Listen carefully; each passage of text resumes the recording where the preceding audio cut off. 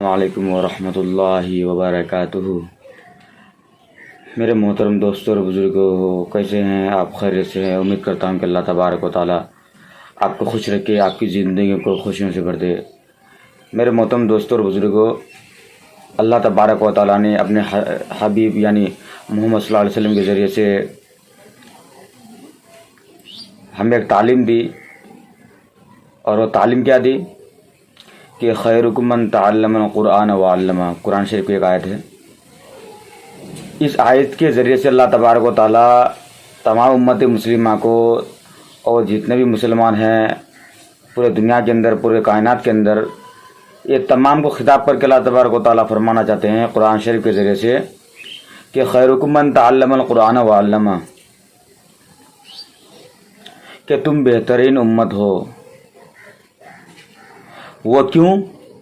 اور وہ یہ بات کہنے کی کیا وجہ پڑی؟ کیونکہ آپ پورے دنیا میں چکر لگائیں، پورے دنیا میں، اور جتنے بھی دھرم کے ماننے والے لوگ ہیں، چاہے ہندو، مسلم، سکھ، عیسائی، یہودی، نصرانی، اور جتنے سارے فرقے میں رہنے والے انسان ہیں، چاہے ہندوستان کے اندر ہو یا ہندوستان کے باہر کے رہنے والے ہوں، کہیں بھی ہو، تو وہ سارے کے سارے آپ جس سے بھی تعلق رکھتے ہیں، میں یہ نہیں کہتا کہ ہم مسلمان ہیں تو نہیں، ہمارے بہت سارے ایسے ساتھی ہیں جو ہندو دھرم سے بھی تعلق رکھتے ہیں، ہمارے کتنے سارے ایسے ساتھی ہیں جس سے ہمارے پہچان ہے ہندو بھائی۔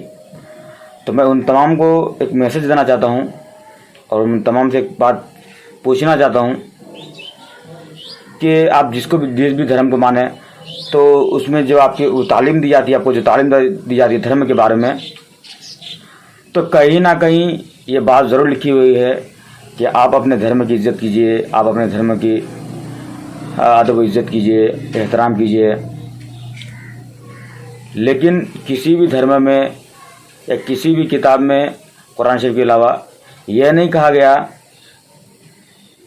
کہ تم سب جو ہو تو وہ تمام کے تمام تم صحیح اور ایک ہی لیول کے ہو، مگر قرآن شریف ایک واحد ایسی کتاب ہے کہ جس میں اللہ تبارک و تعالیٰ اپنے حضور کے ذریعے سے، قرآن شریف کے ذریعے سے ہمیں ایک میسج دینا چاہتے ہیں، اور ہمیں ایک پیغام دیں اللہ تبارک و تعالیٰ نے۔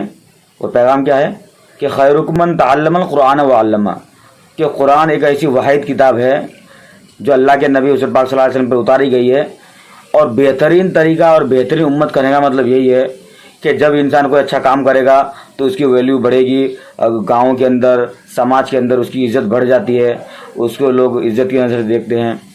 تو یہی ہے، تو قرآن شریف میں جو کہا گیا کہ خیرکم من تعلم القرآن وعلمہ، اور وہ کیوں کہا گیا، تو آپ اس بات کو آپ بالکل غور سے سنیے۔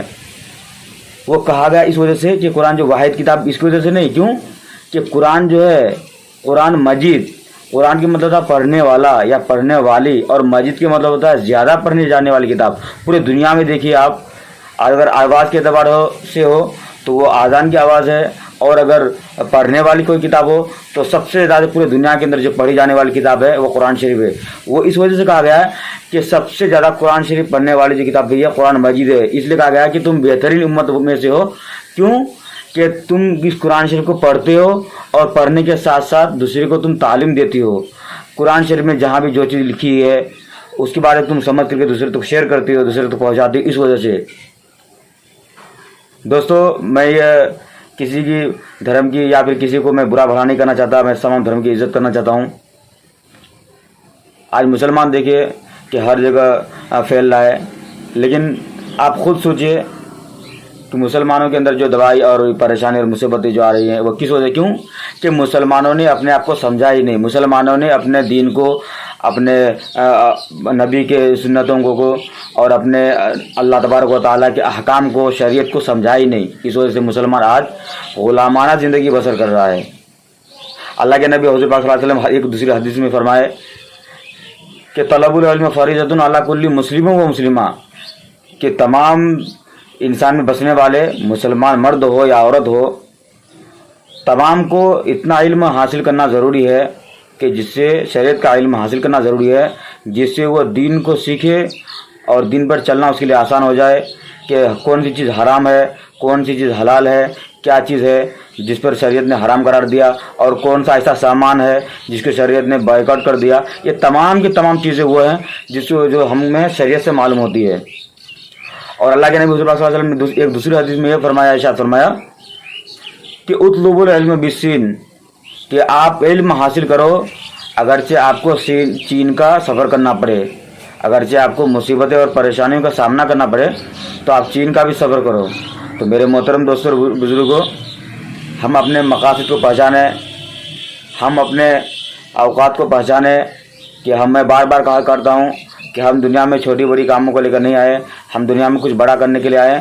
تو میں یہی کہنا چاہتا ہوں کہ جتنے بھی میرے ساتھی یا میرے دوست احباب یا میرے جتنے بھی غیر مسلم بھائی اس ویڈیو کو دیکھ رہے ہیں, تو میں یہ نہیں کہتا نہیں, آپ تمام آپ کوشش کیجیے نا, اور آپ دنیا میں کچھ کر کے دکھائے, کچھ بن کے دکھائے, تاکہ آپ کے چلے جانے کے بعد آپ کی جو عوام ہے یا آپ جو آنے والی پیڑھی ہے, جو آنے والی نسل ہے, آپ کو دیکھ کر کے آپ کی نسل یہ نہ کہے کہ آپ کی زندگی بالکل ایسے ہی بیت گئی. نہیں, بلکہ آپ کو کسی اچھے کام کے لیے استعمال کرے, کسی اچھے کام کے لیے آپ کا نام لے.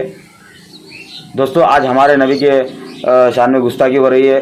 تو کیوں ہو رہی ہے؟ اس کی وجہ یہ ہے کہ ہم نے ان کے خلاف کوئی آواز نہیں اٹھائی, سمجھے. تو دوستو, آئی ہوپ کہ ویڈیو کو اچھی لگے تو ویڈیو کو لائک کریں, چینل کو سبسکرائب کر کے بیل آئکن کے گھنٹے کو پریس کریں تاکہ ویڈیو کی نوٹیفیکیشن آپ کو ملتی رہے. اور اگر دوستو اگر آپ مجھے فیس بک میں دیکھ رہے ہیں تو فیس بک پیج کو لائک فالو کریں, اور اگر یوٹیوب میں دیکھ رہے ہیں تو چینل کو سبسکرائب کریں. تو دوستو شکریہ, الحمدللہ. تو آپ تمام سے میری یہی گزارش ہے کہ اس ویڈیو کو زیادہ سے زیادہ دوسرے تک پہنچانے کی کوشش کریں. دوستو شکریہ, الحمدللہ.